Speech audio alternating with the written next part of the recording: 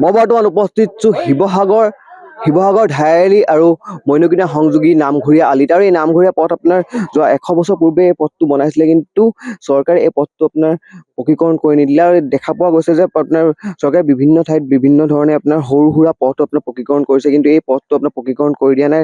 তাৰ দাবীত আজি আপোনাৰ ইয়াত যিসকল স্থানীয় লোক আছে, আপোনাৰ সেইসকল স্থানীয় লোকে আপোনাৰ ওলাই আহিছে। ওলাই আহি পেলাই আপোনাৰ এই পথটো যি আপোনাৰ পকীকৰণ কাৰণে সেই পকীকৰণৰ দাবীত আপোনাৰ তেওঁৰ ৰাজপথলৈ ওলাই আহিছে। আপোনালোকৰ এই পথটো কি সমস্যা? এই ৰাস্তাটো সমস্যা আহিছে, ৰাস্তা আমাক ভাল কৰি দিব লাগে। আমাৰ ৰাস্তাটো ইমূৰৰ পৰা আমাৰ সেই মূৰলৈকে গোটেইটো ধাইলৈকে নহয়, 450 মিটাৰ। 150 মিটাৰ কৰিলে আৰু 300 মিটাৰ আছে। 150 মিটাৰ কেইবছৰমান আগতেই কৰিলে, এতিয়ালৈকে কৰা নাই। কেইবছৰমান আগতেই এইটো কৰিব লাগিছিলে, কৰা নাই। মই জনামতে পইচাটো চেংচন হৈছিলে, কোনোবাই লাগি মেলি অন্যফালে পঠিয়াই দিলে। ইয়াত আমাৰ ষ্ট্ৰং মানুহ নাই, ডাঙৰ পেইন ধৰা মানুহ ষ্ট্ৰং মানুহ নাই, সেইকাৰণে পইচা অন্যফালে পঠিয়াই দিলে। কিন্তু ইয়াতে কৰিব লাগিছিলে। এতিয়া মানুহবোৰ বাঢ়ি গৈছে, চব বাঢ়ি গৈছে। এই হিষ্ট্ৰীৰ ৰাস্তাটো মই জানো, এই ৰাস্তাটো আমি এই ৰাস্তাৰ সন্মুখীন হৈছে। আমাৰ ৰাস্তাটো বাৰিষাৰ আগতে ভাল ধৰণে কৰি দিব লাগে। ফাক ফুক নহয়, পাৰ্মানেণ্টলি কৰি দিব লাগে। সেইটো 150 মিটাৰ কৰি দিলে ঠিক, এই 300 মিটাৰ আৰু কৰি দিলে আমাৰ সমস্যা হৈ যায়। বুজি পালে নাই? টাউনৰ পৰা বেছি দূৰ নহয়। এই ৰাস্তাটো ছিনিয়ৰ মষ্ট 2 নম্বৰত মই আছো, 1 নম্বৰ আছে এই ভোলা কয় দিয়া, তাৰপিছত মই এইবোৰ চব বোৱাৰী হয়, এইবোৰ কালি পঢ়ি আহিছে। আমি নদী কিনাৰত আছিলো, তাৰপৰা ইয়ালৈ আহিছিলো। বুজি পালে? নগৰমহল পঞ্চায়ত পৰে এইটো, হয়।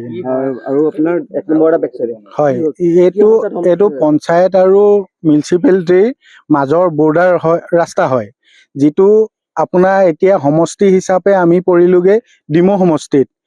আগতে আছিলো আমি শিৱসাগৰ সমষ্টিত।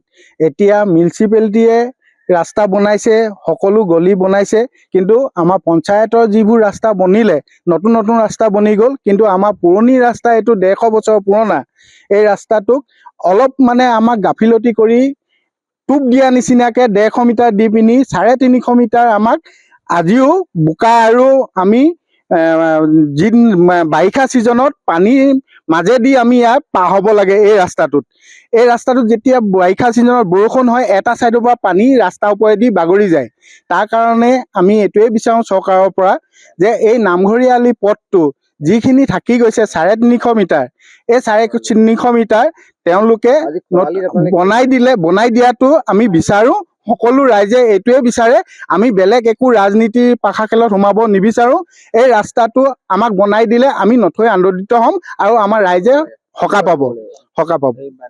ইয়াত মহিলাসকল আছে, কি সমস্যাৰ সন্মুখীন হৈ আহিছে?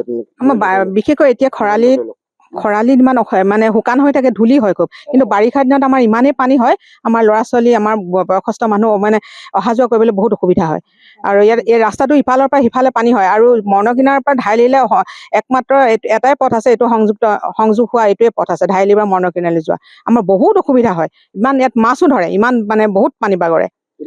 এইটো আমি সুন্দৰকে আমাক পকীকৰণ কৰি দিলে হ'ল। আমাৰ খৰালিতে আমাক কৰি দিলে হ'ল। সিফালৰ পৰা আমাৰ মৰণকিনাৰ পৰা অহা চাইডত সেইটোত 150 মিটাৰ কৰি দিলে, আৰু 350 মিটাৰ আমাৰ বাকী ৰ'ল। আমি বহুত নিবেদন কৰিছো, পঞ্চায়তকো কৈছো, কিন্তু আজিলৈকে আমাৰ ৰাস্তাটো পকীকৰণ নহ'ল। গতিকে আমাৰ ৰাস্তাটো সুন্দৰ মানে পকীকৰণ হ'লে আমি সকলোখিনি ৰাইজে আমি বহুত সুখী হ'ম।